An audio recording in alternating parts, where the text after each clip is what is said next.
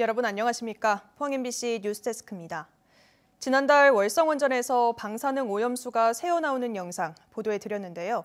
한수원은 지난해 12월 해당 부위를 보수해 지금은 아무런 문제가 없다고 밝혔습니다. 하지만 당시 조사를 맡은 원자력안전위원회 조사위원들은 다른 평가를 내리고 있습니다. 지난 4월 조사단의 내부 회의록을 입수해 살펴봤더니 콘크리트 내부에 깊은 균열이 발생했기 때문에 땜질식 보수는 소용이 없고 균열도 여러 곳으로 추정하면서 부실 시공 가능성도 언급하고 있습니다. 장미쁨 기자의 보도입니다. 경주 월성원전 1호기 사용핵연료 저장수조. 지난해 10월 균열이 발생한 저장수조 외벽을 통해 방사능 오염수가 새어나왔습니다. 한수원은 지난해 12월 누설 부위에 보수를 마쳐 현재는 아무런 문제가 없다고 밝혔습니다. 하지만 1년 반 동안 월성원전을 조사해온 원자력안전위원회 조사단의 판단은 다릅니다. 지난 4월 시행한 검사 결과 한수원이 누설 부위 보수를 한 뒤에도 해당 균열이 표면 균열이 아니라 내부 균열로 판명된다고 언급돼 있습니다. 용출 부분에서부터 깊이 30cm의 내부 균열이 확인됐는데 균열이 1m 아래 바닥까지 나 있을 가능성이 굉장히 높을 것이라고 밝힙니다. 그러면서 이 신부 균열에서 하루에 75리터 정도가 새어나왔다고 밝혔습니다.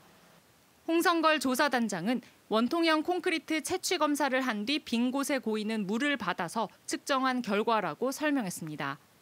더구나 다른 곳에도 균열이 더 있을 것이라면서 누출수가 바깥쪽으로 샜을 확률이 높다고 거듭 지적했습니다. 원안위 민간조사단은 사용핵연료 저장수조가 처음부터 부실 시공됐을 가능성도 지적하고 있습니다. 콘크리트 채취 분석 결과 물을 가둬주는 콘크리트의 수밀성이 낮아 누설 가능성이 높다는 겁니다.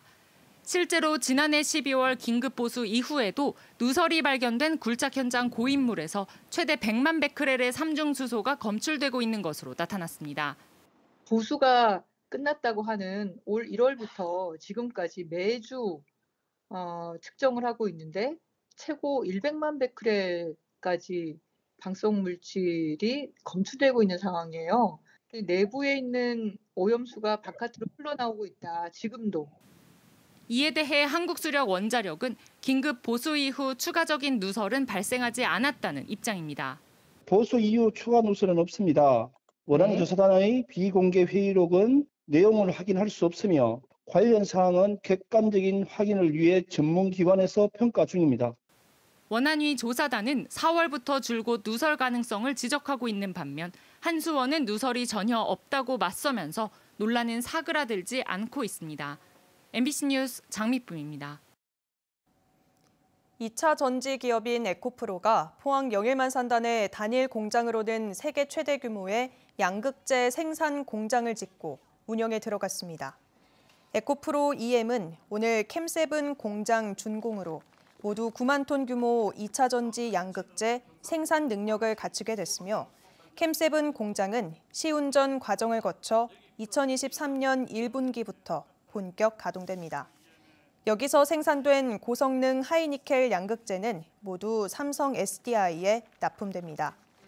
에코프로는 2017년부터 포항 영일만 산업단지에 2차 전지 관련 산업을 모은 에코 배터리 포항 캠퍼스를 구축하고 있습니다. 중앙재난안전대책본부가 11호 태풍 흰남노 피해와 관련해 7,802억 원을 투입하는 복구 계획을 확정했습니다. 중대본은 주택 피해자와 소상공인의 주거 생계 안정을 고려해 이번 태풍 피해에 시범적으로 기존 기준보다 많은 금액을 지원하기로 결정했습니다. 자세한 내용 배현정 기자가 보도합니다. 기존에 일률적으로 1,600만 원을 지원하던 주택 전파 피해가 이번에는 면적에 따라 최소 2천만 원, 최대 3,600만 원으로 상향했습니다. 주택 반파 지원금도 기존 800만 원에서 1,000만 원, 최대 1,800만 원으로 늘어났습니다. 주택 침수도 300만 원으로 100만 원 늘었고 소상공인 피해도 기존 복구 계획에서 420억 원을 증액했습니다.